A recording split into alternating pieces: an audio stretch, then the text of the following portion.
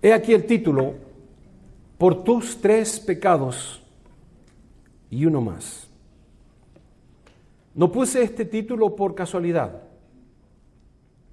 Por tus 3 pecados y uno más. La palabra del Señor nos dice de que Amós fue un profeta. Interesantemente, hermanos, para poder entender quién era Amós, tenemos que retroceder un poco en el tiempo y llegamos entonces a lo que era el reino de Salomón o el reino salomónico. Este reino salomónico fue uno de los reinos más grandes que ha existido en el mundo. Un imperio, si se quiere. Dios le permitió tener a Salomón un inmenso terreno. Y eso es parte, lo que ustedes ven ahí, es parte del terreno que gobernaba Salomón. Pues Salomón abarcó mucho más. Pero lo que ustedes ven es el terreno de Israel. Interesantemente, Salomón adquirió muchas esposas. Y más que esposas, obtuvo mujeres, concubinas, mujeres que estaban a la disposición de él. Interesantemente, entre 1000 mujeres que tuvo, lo que más le inducieron a hacer a Salomón fue apartarlo de Dios. Hubiera sido interesante que las 1000 mujeres lo hubieran llevado, como dice Pablo precisamente, a la santificación, empujarlo hacia la adoración de Dios. Pero aquellas mujeres lo sacaron de la pura y simple y verdadera adoración a Dios y lo empujaron a la adoración pagana. Hasta el punto que él comenzó a levantar altares, no de Jehová, sino de dioses paganos. Y Dios se enfureció. Y precisamente por la actitud de Salomón, el reino salomónico en el año 922 se divide. Y al haberse dividido, se parte por la mitad Israel. Y lo que se llama Israel se quedó en el norte y en el sur quedó Judá. También se le llama a Judá el reino del sur. Y al reino del norte, Israel, se le llamó así precisamente, el reino del norte. Interesantemente, el reino del norte fue llevado a través de un hombre llamado Jeroboam, que fue el siervo de Salomón. Y el rey de Judá fue el hijo de Salomón llamado Roboam. Pero algo comenzó a suceder en este pueblo. Comenzaron a ser enemigos y comenzaron a apartarse de Dios. Seguramente lo que había ya establecido el rey Salomón, ellos lo continuaron con adoración pagana, mezclatura de la adoración a Dios a la adoración de dioses. Entendemos que al pasar el tiempo, el reino del norte fue llevado cautivo por los asirios. En el año 722 fue llevado cautivo. A este pueblo, a estas 10 naciones o 10 tribus, le comenzaron a llamar los samaritanos, porque se comenzaron a mezclar con la gente de Samaria. Y estas 10 naciones se comenzaron a esparcir alrededor del mundo. Se mezclaron con otras etnias, 10 tribus de Israel, y desaparecieron totalmente. No sabemos dónde están. Se fueron al mundo entero. Centroamérica, Sudamérica, Norteamérica, por arriba del Cáucaso, la parte más allá de Europa. Así los judíos se esparcieron y la sangre judía quedó entremetida, entretejida en millones y millones de personas alrededor del mundo. Y ahora cuando se hace el DNA, cada persona tiene un poquitito de sangre judía. Pero eso no es el caso.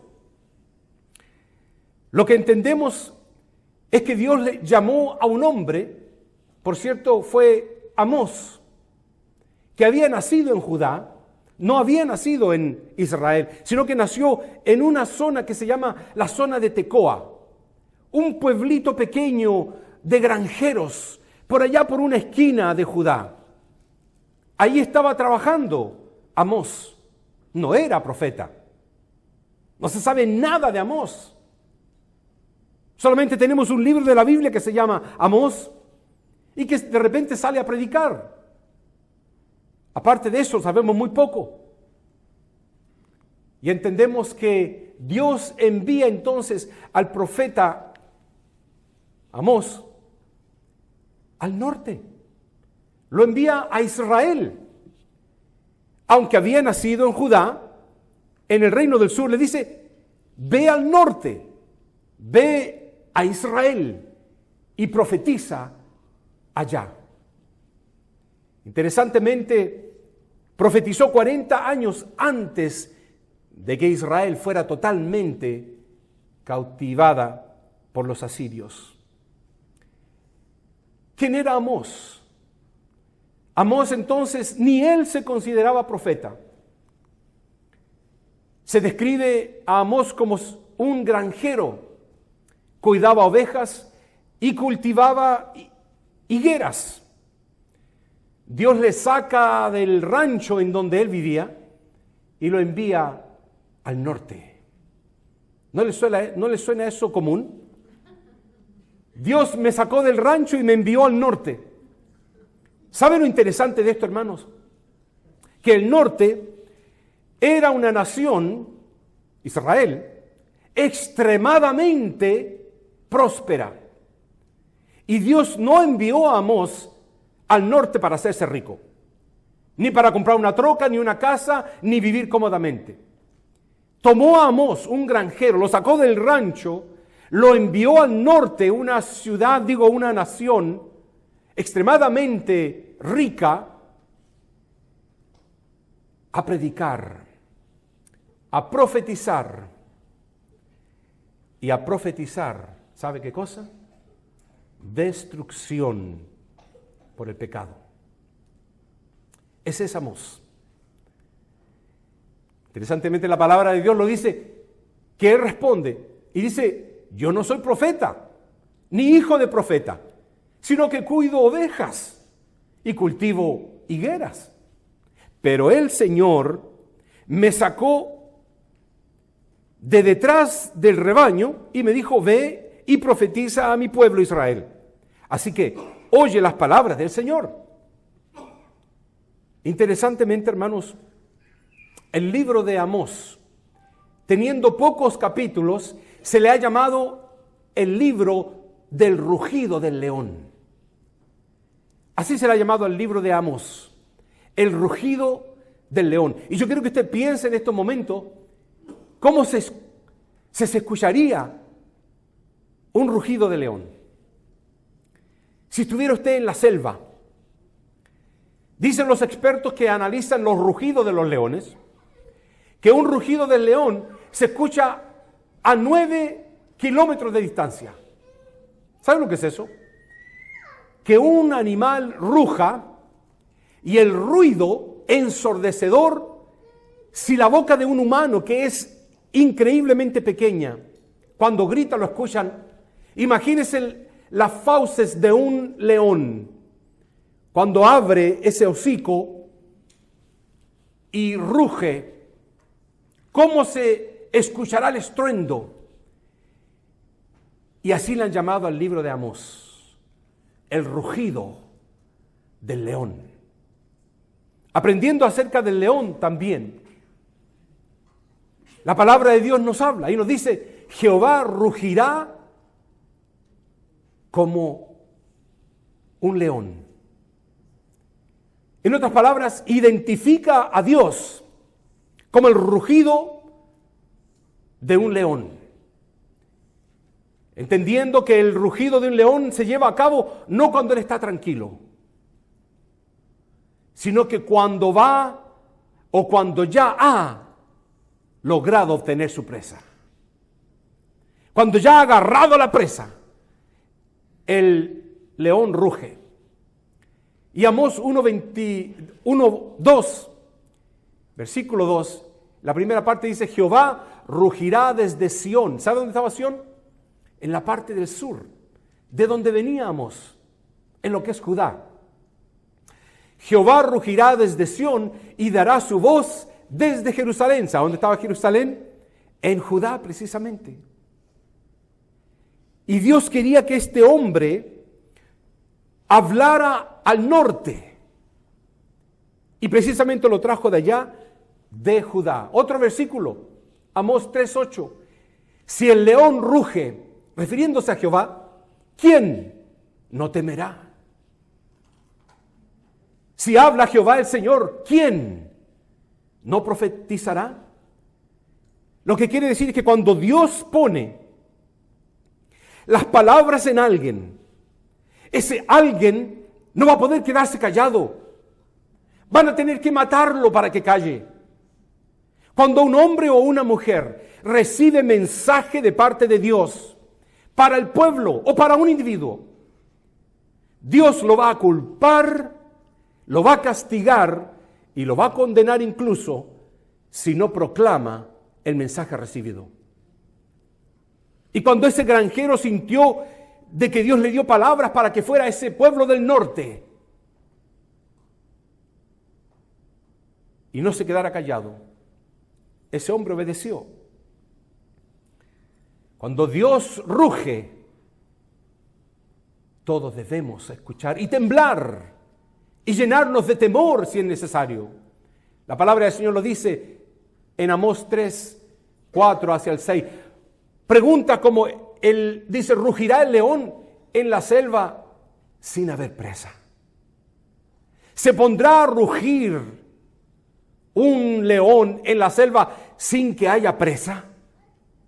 La respuesta es no. Sigue preguntando Jehová: ¿gruñirá el leoncillo si no apresare nada? Él está tratando de decir lo que él iba a hacer con el pueblo del norte, el castigo que se iba a llevar.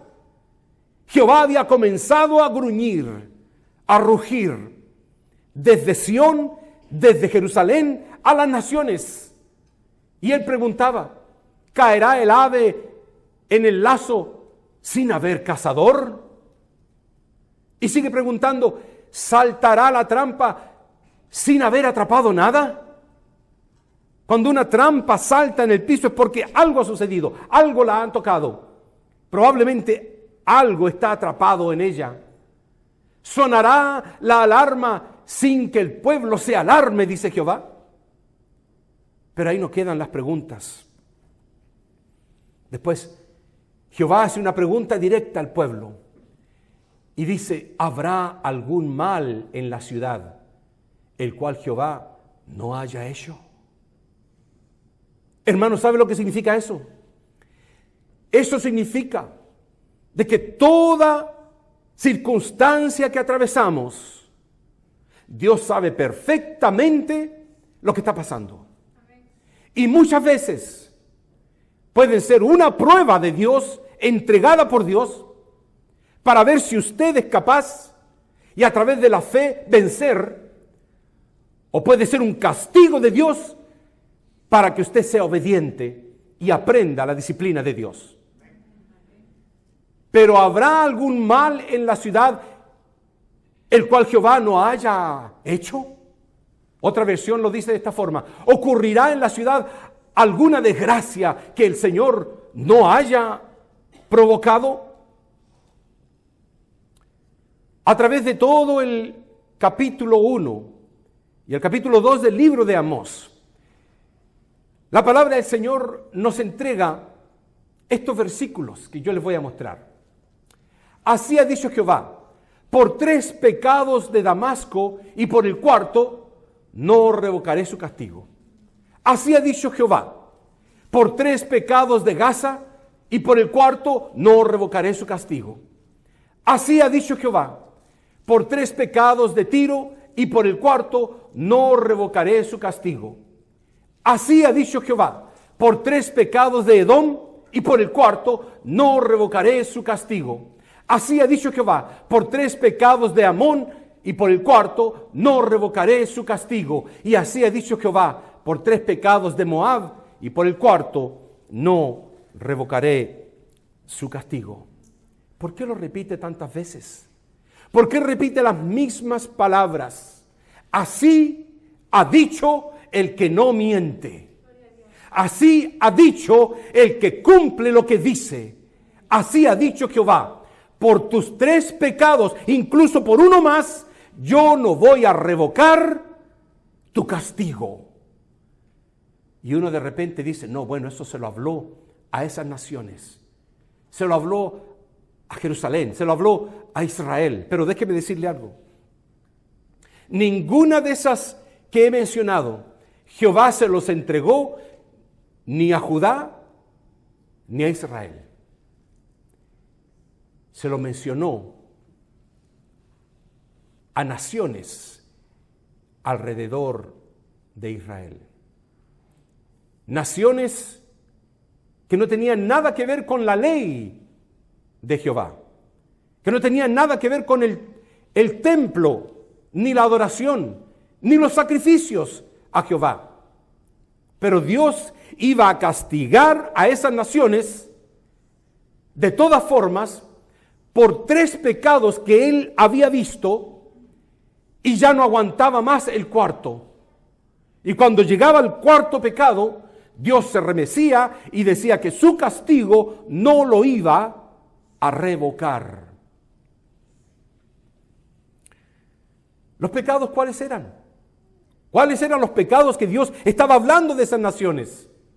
¿Cuál es el cuarto pecado que Dios veía por el cual iba a iniciar el castigo ante aquellas naciones? En Damasco, dice, por causa de masacre de personas. Gaza llevó cautivo a un pueblo, lo tomó de un lugar y se lo llevó a otro.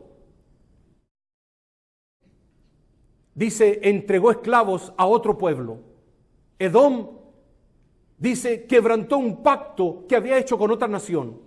Amón, dice que abrió a unas mujeres embarazadas para quitarles el bebé. Y Moab quemó los huesos de un rey, del rey de Edom. Yo quiero que ustedes noten la razón por la cual Dios iba a ejecutar castigo irrevocable, indetenidamente, sobre esas naciones.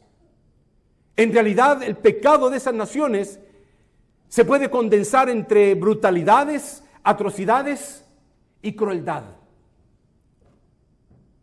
Pero cuando llega, hermanos, a Judá, miren lo que les dice. Porque Judá ya era el pueblo de Dios. Ya Dios iba a tratar a su pueblo de otra forma. Cuando llega a Judá, la nación donde Amós era, la zona de Tecoa, por allá por Judá, el mismo Amós dice, cuando habla acerca de Judá, dice, y así ha dicho Jehová, por 3 pecados de Judá, y por el cuarto no revocaré su castigo. Le dice lo mismo que a las naciones. Yo quiero tomar un pequeño tiempo aquí para explicar lo que significa la palabra no revocaré. Ahí dice lo shuv. Es una expresión en el hebreo, lo shuv. Y significa no retirar o no quitar. Miren lo que Dios le está diciendo a Judá, su pueblo. Así ha dicho Jehová por 3 pecados de así ha dicho Jehová por 3 pecados de Judá, y por el cuarto no retiraré o no quitaré su castigo. La perfección de lo shuv en el hebreo es no retrocederé su castigo. Cuando uno entiende estas cosas en la palabra de Dios, la palabra de Dios se abre en colores, nos habla a gritos, lo que no logramos entender claramente cuando lo leemos rápido. Por eso es que la Biblia nos dice, escudriña las Escrituras, navega, profundízate en las Escrituras día y noche. Porque cuando las llegas a entender, pareciera que corren ríos de agua viva por tu vientre. Y cuando entendemos lo que Dios le estaba diciendo a su propio pueblo, por tus 3 pecados, aparentemente no voy a hacer nada todavía. Pero cuando se suma un 4º más, no voy a retroceder el castigo. Implica esto, de que hay un castigo que ya iba en camino. No lo voy a retroceder, no lo voy a quitar, no lo voy a retirar. Lo shuv. El castigo va a continuar. Y cuando Dios establece algo, ¿quién va a poder llevarle la contraria? La palabra del Señor dice en Números 14:18, no dejas sin castigo al culpable, sino que castigas la maldad de los padres en los hijos, los nietos, los bisnietos y los tataranietos. Incluso ese mismo versículo estaba en ese mismo pasaje donde dice, de ninguna manera tendrá por inocente al culpable, sino que castigará la iniquidad de los padres sobre los hijos hasta la 3ª y 4ª generación. Cuando uno comete un pecado, hermanos, como padre, Dios es testigo y Dios es el que establece estas leyes. Ese pecado de los padres va a afectar a los hijos. Si el padre es borracho, los hijos van a sufrir. Si los padres pelean y se golpean unos a otros, los hijos van a estar traumados cuando crezcan y van a buscarse personas que le hagan daños. Si el padre es ladrón y lo meten en la cárcel, los hijos van a pagar el pato. Los hijos van a sufrir. Y el castigo y la condenación continúa de forma generacional por el pecado de cada uno de nosotros. Todo pecado se rompe cuando aquella persona viene a Cristo. Eso es verdad. Pero mientras no venga a Cristo, la condenación de aquella maldad continúa cayendo como una sombra, como un fantasma sobre todas las generaciones siguientes. Si no, la Biblia estaría mintiendo. Pero dice que Él visitará la culpabilidad de los padres sobre los hijos, los nietos, los bisnietos y aún los tataranietos. Por eso es que al aplicarnos nosotros estas cosas, entendemos lo que dice Mateo 3:10. Y ya también el hacha está puesta, no es que hay que ponerla, ni hay quien la va a traer. Dios tiene la hacha puesta, dice, a la raíz de los árboles. Por tanto, todo árbol que no da buen fruto es cortado y echado al fuego. Cuando hablamos de Judá, sabemos el pecado que hicieron las demás naciones. Pero cuando hablamos de Judá, la pregunta es, ¿cuál fue el 4º pecado del pueblo de Dios? ¿Cuál fue el pecado del pueblo de Dios? Y aquí lo vemos, porque el versículo continúa. Porque menospreciaron la ley de Jehová. ¿Notó usted? Menospreciaron la ley de Jehová y no guardaron sus ordenanzas. ¿Usted está comparando el pecado de Judá con las demás naciones? ¿Notó la diferencia? Y les hicieron errar al pueblo por causa de sus mentiras. Entonces, hermanos, la pregunta continúa. ¿Cuál fue el 4º pecado del pueblo de Dios? Menospreciaron la palabra de Dios. Nada más. ¿Y qué significa eso en una traducción moderna? Fueron indiferentes a la palabra de Dios. Les daba lo mismo, aunque la grite el predicador o el pastor desde el púlpito. Me da lo mismo. Eso estaban atravesando el pueblo cuando Amós fue enviado por parte de Dios a hablarles. Segundo, no guardaron las ordenanzas, lo que quiere decir que fueron desobedientes. Tercero, les hicieron errar, significando que fueron piedra de tropiezo a sus hermanos. Y lo cuarto fue que mintieron, significando que tenían corazones engañosos. Hermanos, no fue la brutalidad, ni las atrocidades, ni las crueldades que se llevaron a cabo como en las demás naciones. Fue solamente la infidelidad a Dios. Por eso Dios los iba a castigar. Mi pregunta para ustedes, hermanos, es ¿cuánto aguantará Dios antes de castigar a su pueblo infiel? ¿Cuánto aguantará Dios antes de castigarte a ti y castigarme a mí? ¿Cuántas veces Dios ha dejado pasar el primero, el segundo y el tercer pecado? Y el cuarto está por venir si es que ya no ha venido y si es que ya estamos incluso viviendo un castigo. ¿Cuánto aguantará Dios? La palabra del Señor, más adelante en el libro de Amós, dice que Dios le muestra algo a Amós. Y le muestra una plomada, dice. Dice Amós 7:8, Jehová entonces me dijo, ¿qué ves, Amós? Y dije, una plomada de albañil. Y el Señor dijo, he aquí, yo pongo plomada de albañil en medio de mi pueblo. No lo toleraré más. ¿Qué no iba a tolerar? El pecado, hermanos. El pecado. No está usted siendo cruel. No está haciendo brutalidades.